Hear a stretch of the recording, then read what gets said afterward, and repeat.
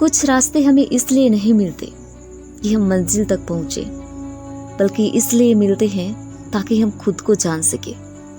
आज की कहानी एक ऐसी कहानी है जो सिर्फ खोज और साहस की नहीं, बल्कि इंसान के अटूट जज्बे और दर्द को बयां करती है।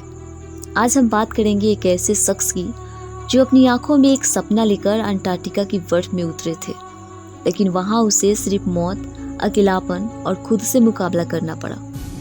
ये कहानी है साइंटिस्ट सर डगलस माउसन की। बात है 1911 की, जब डगलस माउसन ने अपनी ऑस्ट्रेलेशियन अंटार्कटिक एक्सपीडिशन की शुरुआत की।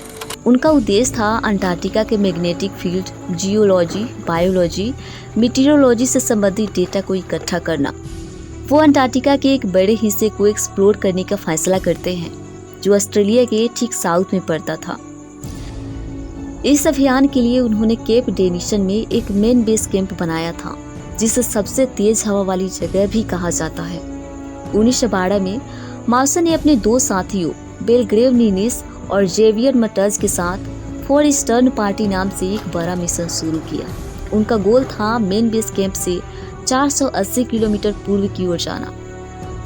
अपने साथ वो 3 सलेज जिसमें उनके खाने पीने का सामान था और 50 कुत्ते जो बर्फ पर चलने और अंटार्कटिका में रहने में सक्षम थे, उनके साथ -40 डिग्री सेल्सियस की अंटार्कटिका की धरती पर कदम रखते हैं। 314 मील आगे जाने के बाद अचानक नीनिस एक सलेज के साथ गहरे दरार में समा गए और उनके साथ 6 मजबूत कुत्ता और उनका खाने के ज्यादातर सामान नीनिस के साथ ही उस पतले दरार में दब गए। उस एक पल ने उन सबका सब कुछ खत्म कर दिया।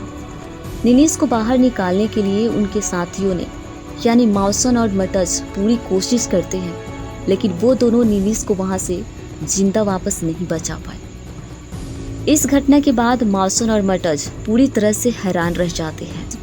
अब उनके पास बहुत कम भोजन बचा था और घर लौटने के लिए उन्हें सैकड़ों मील का बर्फीला और दूर का इलाका को पार करना था। उनके पास कोई दूसरा रास्ता नहीं था सिवाय इसके कि वे तुरंत अपने बेस कैंप में वापस लौट जाएं। दोनों मिलकर फैसला करते हैं कि उन्हें अपनी जान बचाने के लिए हर संभव कोशिश करनी होगी। भोजन की कमी के कारण उन दोनों ने एक बेहद ही मुश्किल और इमोशनल फैसला लिया। उन दोनों ने अपने बचे हुए कुत्ते को मारकर खाना शुरू कर दिया। हर दिन वे एक कुत्ते को मारते थे ताकि वे अगले दिन के लिए जिंदा रह सके। रोज कुत्ते के कच्चा मांस खाने की वजह से जेवियर मटज की हालत खराब होने लगती है, क्योंकि कुत्ते के लीवर में विटामिन ए की ज्यादातर मात्रा होती है और लगातार इसे खाने से बॉडी में जहर बन जाता है। और ऐसा ही मटज के साथ भी हुआ। मटज को भयानक दर्द और मानसिक दौरे पड़ने लगे। माउसन उन्हें बचाने की पूरी कोशिश करते हैं, लेकिन मटज भी 8 जनवरी 1913 को इस बर्फीली धरती पर अपनी दम तोड़ देते हैं। ये माउसन के लिए एक और बड़ा सदमा था। मटज की मौत के बाद डगलस माउसन पूरी तरह से अकेला हो गए, लेकिन माउसन ने हार नहीं मानी। उन्होंने मटज के स्लेज से कुछ जरूरी सामान निकाला और अकेले ही वापस जाने का फैसला किया।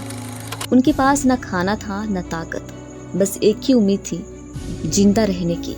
वो एक इंसान नहीं बल्कि एक आत्मा बन गए थे जो सिर्फ अपने बेस कैंप तक पहुंचने के लिए स्ट्रगल कर रहे थे। उन्हें अपने बेस कैंप तक पहुंचने के लिए 160 किलोमीटर का रास्ता अकेले ही तय करना था। माउसन पूरी तरह से थक चुके थे।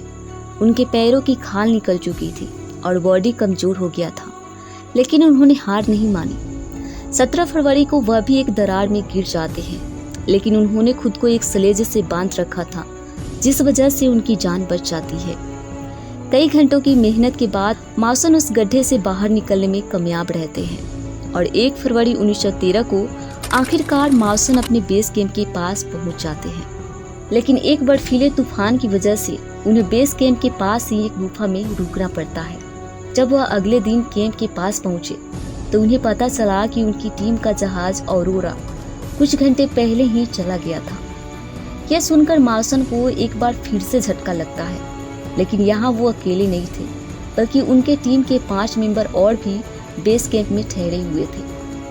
ये 6 लोग मिलकर डिसाइड करते हैं कि वो अगले साल तक मेन बेस कैंप में ही रहेंगे, क्योंकि जहाज को लौटने में 1 साल का समय लगने वाला था। और आखिरकार 1914 में माउसन को जिंदा वापस लाया गया। डगलस डगलस मॉसन का ये सफ़र सिर्फ एक वैज्ञानिक अभियान ही नहीं था, बल्कि मानव की इच्छा शक्ति और हिम्मत का एक बेमिसाल एग्जाम्पल था। उनकी कहानी हमें सिखाती है कि चाहे मुश्किलें कितनी भी बड़ी हो, हमें हार नहीं माननी चाहिए।